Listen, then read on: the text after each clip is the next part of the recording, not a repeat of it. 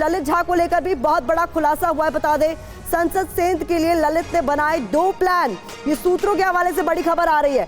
एक plan fail होने पर दूसरा प्लान तैयार था। ये इस वक्त की बड़ी खबर आपके सामने।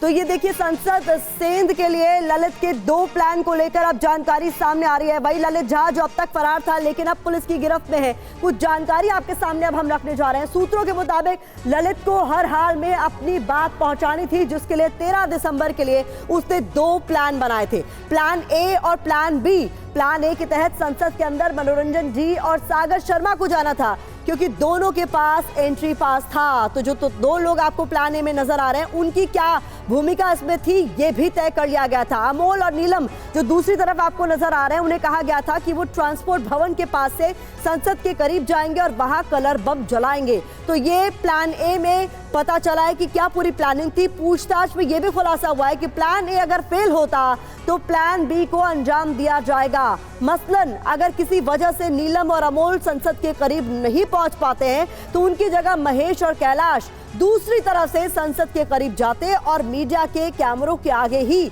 उन कलर बम का इस्तेमाल करते जिनका इस्तेमाल हुआ, और नारेबाजी भी करते।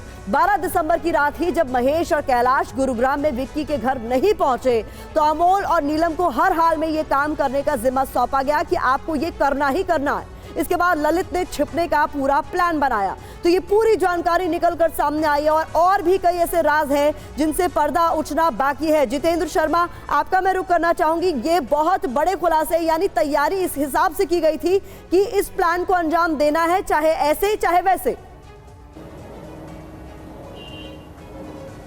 जी बिल्कुल प्रतिमा, देखिए शुरुआत से ही लगातार जांच एजेंसियां कह रही थी कि इसके पीछे कहीं ना कहीं कोई लार्जर कॉन्स्पिरेसी है, और वो अब दिख भी रही है। जिस तरीके से लगातार इन सबसे पूछताछ की गई, चाहे ललित झा के बयान सामने आए कि प्लान ए और प्लान बी बनाया गया था, या फिर इसके अलावा जो बाकी आरोपी हैं जिन्होंने इसको एग्जीक्यूट किया प्लान को, उन सबसे पूछताछ के बाद ये पता चला है कि ये इसके पीछे गहरी साजिश थी। और ये साजिश कोई 1 महीने के अंदर तैयार नहीं की गई थी, बल्कि इसकी प्लानिंग तकरीबन 6 महीने से ज़्यादा लंबे वक्त से की जा रही थी। लगातार ये लोग आपस में मिल रहे थे, और 12 दिसंबर को जब कैलाश और महेश मौके पर यानी कि गुरुग्राम में नहीं पहुंचे विक्की शर्मा के घर पर, उसके बाद जिम्मेदारी दी गई थी नीलम को और उसके दूसरे साथी को कि उन दोनों को हर हाल में प्लान एग्जीक्यूट करना है। तो इस तरीके की तमाम बातें अब तक निकलकर सामने आई है। साथ ही ये भी पता चला है कि महेश ने ही लॉजिस्टिक प्रोवाइड करवाया था, यानी कि ललित झा के रुकने के लिए जो भी जगह थी वो महेश के द्वारा प्रोवाइड कराई गई थी। होटल्स के अंदर जो रूम बुक किए थे उसमें भी महेश ने अपनी आईडी दी थी। तो इस तरीके की तमाम बातें अब तक सामने आ चुकी है, और इन तमाम बातों के बाद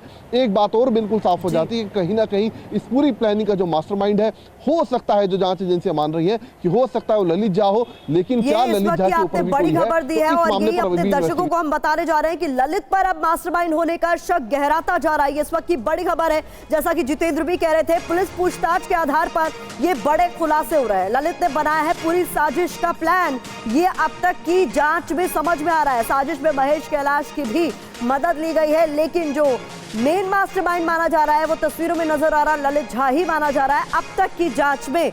तो कुल मिलाकर ललित ने ही बनाया है पूरी साजिश का प्लान। इसको लेकर ये बड़ा खुलासा बताया जा रहा है कि साजिश में महेश कैलाश की भी इस बीच मदद ली गई है। अब सबूतों का इशारा मास्टरमाइंड ललित झा, जैसा कि हम आपको बता रहे हैं, कुछ महत्वपूर्ण जानकारी आपके सामने हम रखेंगे। क्यों माना जा रहा है कि ललित झा ही इस पूरी प्लानिंग का मास्टरमाइंड था? दरअसल पूरी साजिश का प्लान बनाया उसने, ये अब तक की जांच में समझ में आ रहा है।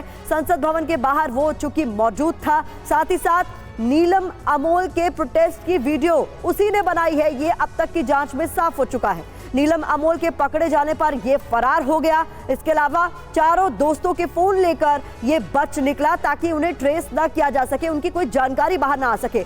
दिल्ली से फरार होकर राजस्थान गया क्योंकि उसकी लोकेशन वहां ट्रेस की गई थी। राजस्थान में दोस्त महेश के पास वो पहुंचा। फिर 13 दिसंबर को महेश कैलाश से वो मिला भी। महेश कैलाश को मदद के लिए तैयार भी उसकी तरफ से किया गया। महेश ने एक होटल में इसे कमरा दिलवाया, और इसके अलावा जानकारी है कि होटल के कमरे से हर चीज पर नजर रखी जा रही थी। सभी दोस्तों के फोन राजस्थान में फेंक दिए गए, नष्ट कर दिए गए। फोन गायब करने में महेश कैलाश भी शामिल है। अब तक की जांच में ये साफ हो गया, कई महीने पहले से तैयारी कर रहा था ललित, और ये माना जा रहा है। ये तमाम जानकारी सूत्रों के हवाले से अब तक सामने आ रही है।